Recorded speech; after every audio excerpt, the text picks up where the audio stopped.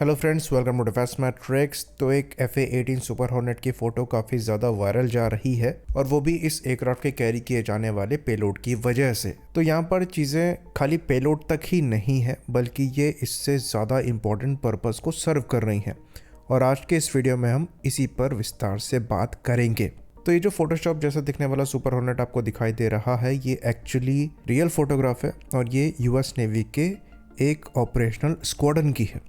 तो ये super hornet belong करता है US नेवी के VX-9 वैम्पायर्स स्क्वाड्रन को और ये वैम्पायर स्क्वाड्रन का फ्लैगशिप एयरक्राफ्ट है जिसे कॉल साइन वेंडी 1 कहा जाता है। यहाँ पर जो ब्लैक लिवरी दी गई है ये इस यूनिट के 30th एनिवर्सरी को सेलिब्रेट करने के लिए किया गया है और इस एयरक्राफ्ट में आपको जो वेपन्स दिखाई दे रहे हैं ये ऑपरेशनल वेपन्स हैं। और यहाँ पर अगर वेपन्स की बात करेंगे तो सबसे बड़ी यहाँ पर 4 मिसाइल्स आपको दिख रही हैं। ये AIM-174B है, वहीं पर 3 यहाँ पर AMRAAMs कैरी करी जा रही हैं, 2 AIM-9 है। सेंट्रल पाइलॉन में एक ड्रॉप टैंक दिया गया है जिसके आगे IRST सेंसर लगा हुआ है। इसे ASG-34A V1 IRST सेंसर कहा जाता है। वहीं पर बगल में एक टारगेटिंग पॉड भी लगा हुआ है। तो ओवरऑल ये proper air to air configuration है और यहाँ पर जो AIM-174 मिसाइल लगी है ये फिलहाल के लिए US नेवी द्वारा ऑपरेट करी जाने वाली लॉन्गेस्ट रेंज की एयर टू एयर मिसाइल है। तो ये RIM-174 या फिर SM-6 मिसाइल का एयर टू एयर वर्जन है। SM-6 मिसाइल का जो वजन है ये बूस्टर रॉकेट के साथ करीबन 1500 किलोग्राम तक पहुंच जाता है। तो यहाँ पर मिसाइल का वजन करीबन 850 किलोग्राम के आसपास का बताया जाता है। वॉरेड यहाँ पर 64 किलोग्राम का कैरी किया जाता है और रेंज 240 किलोमीटर की बताई जाती है, पर मोस्ट लाइकली इससे ज़्यादा हो सकती है। खाली अगर आप SM-6 की बात करें तो SM-6 सरफेस टारगेट को भी डिस्ट्रॉय कर सकती है। अब ये केस AIM-174B के साथ है या नहीं है, जिसके बारे में ज़्यादा जानकारी पब्लिक डोमेन में नहीं है। तो यहाँ पर AIM-120 भी है और AIM-174 भी है। दोनों का आप साइज़ डिफरेंस देख सकते हैं। AIM-120 के कंपैरिजन में जो AIM-174 है ये वज़न में करीबन 5 टाइम्स ज़्यादा है और डायमेंशन भी यहाँ पर ज़्यादा है। जो लेटेस्ट AIM-120 के वर्जन है यानी कि जो D वेरिएंट्स हैं उनके लिए कहा जाता है कि ये 160 से 180 किलोमीटर तक टारगेट को हिट करने में सक्षम है। तो यहाँ से हम अंदाज़ा लगा सकते हैं कि AIM-174 से हमें कितनी रेंज मिलनी चाहिए। ऑल्दो वज़न ज़्यादा है तो ये एक नेगेटिव फैक्टर की तरह भी काम करता है, लेकिन फिर भी रेंज यहाँ पर एटलीस्ट 300 से 400 किलोमीटर के अप्रॉक्स होनी चाहिए। पर ये AIM-120 जितनी मनोरेबल नहीं होगी। वज़न यहाँ पर एक नेगेटिव फैक्टर आता है, पर फिर भी ये सफिशेंटली कैपेबल है एयर टू एयर टारगेट्स को डिस्ट्रॉय करने के लिए और सरफेस टू एयर मिसाइल के तौर पर इसे फाइटर एयरक्राफ्ट, बैलिस्टिक मिसाइल्स और क्रूज मिसाइल्स को इंटरसेप्ट करने के लिए ही बनाया गया था। तो ये एयर टू एयर मिसाइल के तौर पर अच्छे से काम कर सकती है। ये चीज़ तो यहाँ से क्लियर हो जाती है।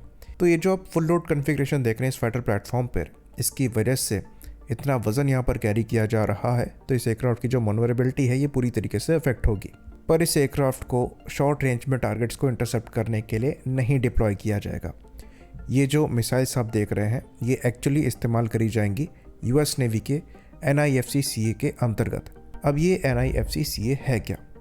तो NIFC-CA का फुल फॉर्म है naval integrated fire control counter air capability. ये बेसिकली एक काफ़ी एडवांस डेटा लिंक है जिसके अंतर्गत US नेवी के जितने भी प्लेटफॉर्म्स हैं, चाहे ये डिस्ट्रॉयर्स हों, US नेवी के दूसरे फाइटर प्लेटफॉर्म हों, FA-18 हॉर्नेट या फिर F-35 हो गए या फिर इनके जो अवैक्स हो गए जो कि E-2D हॉकाइज हैं, ये सब इस डेटा लिंक के थ्रू कनेक्टेड है और ये डेटा लिंक काफ़ी ज़्यादा एडवांस है और फायर कंट्रोल सॉल्यूशन प्रोवाइड करा सकता है। फॉर एग्जांपल एक F-35 behind the enemy line stealthy configuration में ऑपरेट कर रहा है और वो अपने रडार से टारगेट को ट्रैक करता है।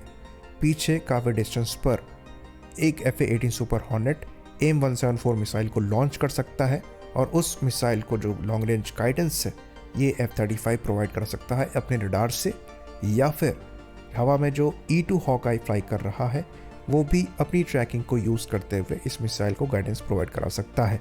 तो यहाँ पर FA-18 सुपर हॉर्नेट को अपने खुद के फायर कंट्रोल रडार को इस्तेमाल करने की रिक्वायरमेंट नहीं होगी, जहाँ पर रेंज लिमिटेशंस आ जाते हैं। ये E-2D हॉकाई या फिर साथ ही फ्लाई कर रहे F-35 के रडार को इस्तेमाल करके भी टारगेट को ट्रैक कर सकता है और मिसाइल को गाइडेंस प्रोवाइड करा सकता है। यहाँ तक कि जो डिस्ट्रॉयर्स हैं वो तक इस मिसाइल को गाइडेंस प्रोवाइड करा सकते हैं। तो NIFC-CA के अंतर्गत ये मिसाइल और भी ज़्यादा डेंजरस हो जाती है और इस केस में इस मिसाइल की पूरी रेंज को एक्सप्लॉइट किया जा सकता है और यही रीज़न है यूएस नेवी इस मिसाइल को लेकर काफ़ी ज़्यादा सीरियस है।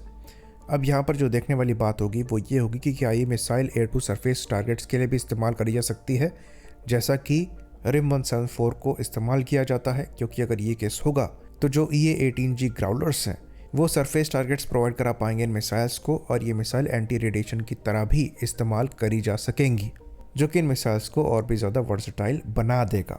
तो ये काफ़ी इंटरेस्टिंग चीज़ है और फ्यूचर ऑफ वॉरफेयर को शोकेस करती है। आई होप इन्फॉर्मेशन यहाँ पर क्लियर रही हो। इसी बात पर इस वीडियो को हम ख़त्म करेंगे। लाइक करिए, सब्सक्राइब करिए। जय हिंद।